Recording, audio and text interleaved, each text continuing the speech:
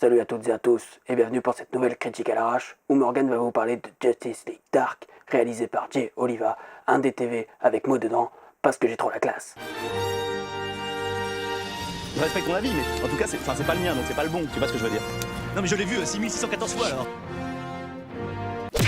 Justice League Dark, c'est le nouveau film d'animation DC qui réunit Batman avec certains personnages de l'univers magique comme John Constantine, ou mon boy bye bye Ditsao, ou mon boy bye bye Ditsao, ou mon boy bye bye Non, c'est Jackie Chan ça. L'histoire raconte comment Batman va faire équipe avec Constantine, Zatanna et quelques autres pour lutter contre un mal qui a l'air d'être d'ordre magique. Parce que Batman, il y pige que dalle à la magie, mais comme il veut être partout, ben il est là. Je pense surtout que si Batman est là, c'est pour un point de vue marketing, parce que les autres personnages sont quand même moins connus du grand public, donc si tu mets pas une tête d'affiche comme Batman, ben tu feras moins de ventes. Et je sais ce que tu vas me dire, Constantine, c'est quand même pas du pipi de Belzébuth que ta grand-mère aurait recraché après une gorge profonde de l'enfer. Et je te dirais que t'as raison. Mais comme la série s'est plantée, va faire avaler au grand public que Constantine est cool s'il n'y a pas Batman pour relever le niveau. Et avant de revenir sur le cas Constantine, je tiens à préciser que c'est quand même un film qui est principalement réservé aux adultes. Je mettrais bien un avertissement pour les enfants. Parce qu'on ouvre quand même le film sur un carnage routier, un mec qui a buté toute sa famille et un autre qui s'est pendu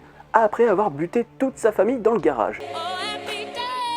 Donc Constantine, si je veux revenir dessus, c'est pour sa voix, en VO évidemment. Parce que c'est tout simplement Matt Ryan, l'interprète de la série Constantine, qui s'est bien ramassé la tronche comme je l'avais dit précédemment. Et pour moi, c'est un super choix. Je vais vous le dire, pour moi, la série c'était un peu le foutoir et le scénario devenait intéressant que vers la fin de la saison. Mais bordel qu'on avait un bon interprète. Du coup, le retrouver ici avec des mimiques de langage comme My Love, c'est super agréable. Par contre, comme c'est de l'animation qui reste dans la continuité du DC Animated, ben la prestance du monsieur on la ressent pas tant que ça. Mais attention, question animation, on se retrouve avec quelques fulgurances. Des plans vertigineux qui, à mon avis, balanceraient du lourd sur grand écran. Et question scénar, ça donne quoi? Franchement, c'est sympa, on a une petite enquête à la Constantine, comme on a l'habitude de le voir, avec Batman qui pige que dalle, je le rappelle. Et en plus, si tu connais pas la plupart des personnages de ce film, et ben tu seras pas largué, parce que parfois ça prend des airs d'origin story. Notamment pour Etrigan, que moi j'ai découvert dans The Brave and the Bold, donc rien de très exhaustif sur l'histoire du démon. Ou alors c'était dans la série animée La Ligue des Justiciers.